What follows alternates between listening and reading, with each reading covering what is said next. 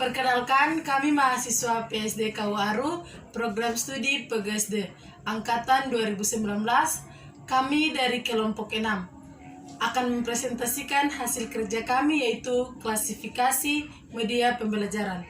Tetapi sebelum itu, perkenalkan, nama saya Yomi Mamangar. Saya Pinky Mutra. Saya Inca Sirlai. Saya Wilhelmina Nyakit. Ya, tujuan dari materi kami yaitu yang pertama pengertian klasifikasi media pembelajaran, Yang kedua klasifikasi media. Yang ketiga klasifikasi sumber belajar. Yang keempat karakteristik media dan sumber belajar di sekolah dasar. Pertama, pengertian klasifikasi media pembelajaran. Klasifikasi mempunyai arti pengelompokan, sedangkan media merupakan alat atau bahan. Jadi dapat disimpulkan, klasifikasi media pembelajaran merupakan pengelompokan alat atau bahan ajar sesuai dengan jenis untuk membantu proses berjalannya pembelajaran yang efektif. Media pembelajaran banyak sekali jenis dan macamnya, mulai dari yang paling sederhana dan murah sampai media yang paling canggih dan mahal harganya. Meskipun media banyak ragamnya, namun kenyataannya tidak banyak jenis media yang bisa digunakan oleh guru di sekolah. B. Klasifikasi media. Pengertian media masih sering dikacaukan dengan peralatan.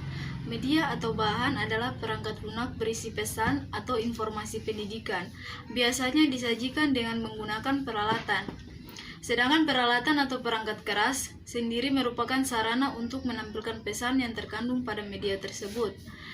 Anderson mengelompokkan menjadi 10 golongan sebagai berikut. Golongan media yang pertama yaitu audio.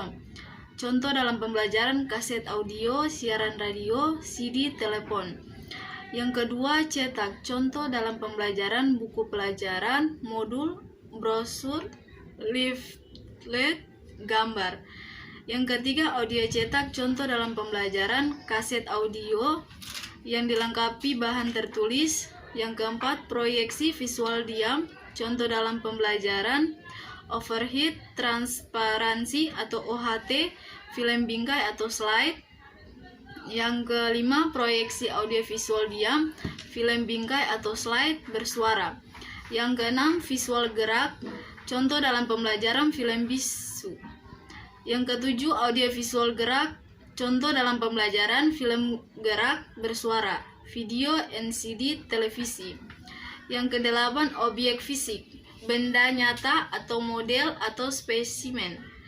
Yang kesembilan, manusia dan lingkungan, guru, pustakawan, laboran.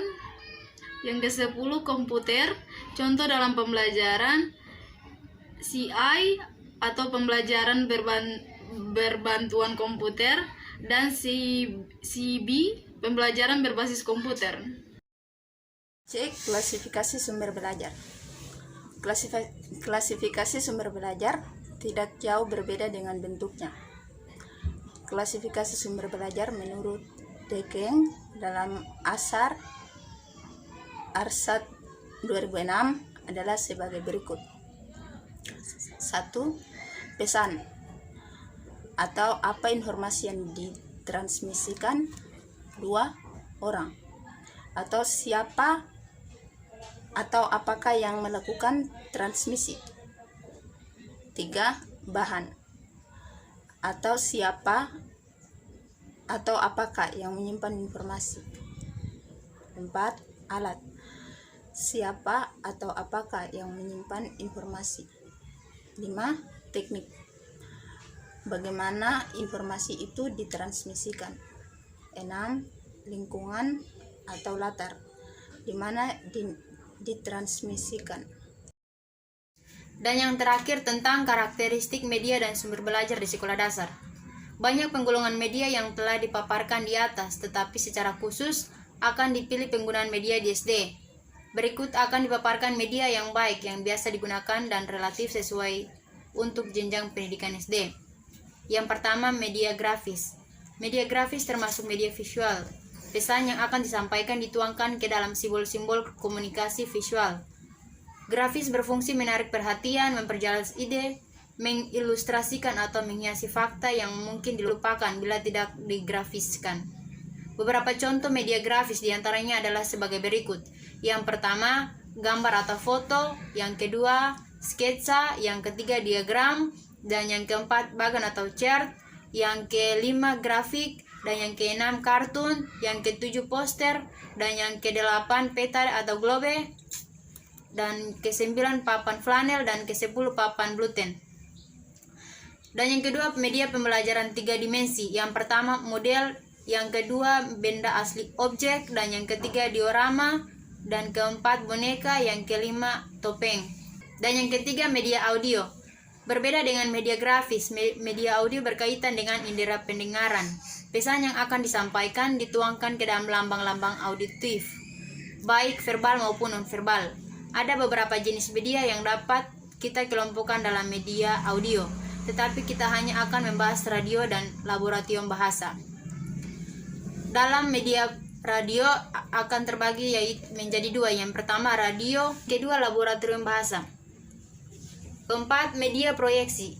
Media proyeksi dia mempunyai persamaan dengan media grafis dalam arti menyajikan rangsangan-rangsangan visual. Perbedaan yang jelas di antara mereka ada bila pada media grafis dapat secara langsung berinteraksi dengan pesan media yang bersangkutan pada media proyeksi. Ada banyak jenis media proyeksi. Yang berikut akan dipilih media yang bisa digunakan di SD. Yang pertama, media transparansi. Yang kedua, film. Dan yang ketiga, televisi. Terakhir, media teknologi komputer interaktif. Komputer untuk pembelajaran sering diistilahkan dengan pembelajaran berbasis komputer atau PBK, atau yang sering disebut Computer Assisted Instruction atau CAI. Pengembangan pembelajaran yang dirancang dengan teliti dan memperhatikan psikologi siswa akan bermanfaat bagi siswa yang kesulitan mengikuti pembelajaran dengan metode tradisional. Dengan PBK dapat memberikan penguatan kepada siswa yang lemah dalam pembelajaran karena materi dapat diulang-ulang. Manfaat yang lainnya adalah pembelajaran berbantuan komputer memungkinkan siswa untuk lebih mengenal dan terbiasa dengan komputer yang menjadi semakin penting dalam masyarakat modern sekarang ini. Serata sebagaimana yang diketahui saat ini komputer merupakan media penyampaian pembelajaran yang efektif. Itu saja presentasi dari kelompok kami, kelompok 6. Sekian dan terima kasih.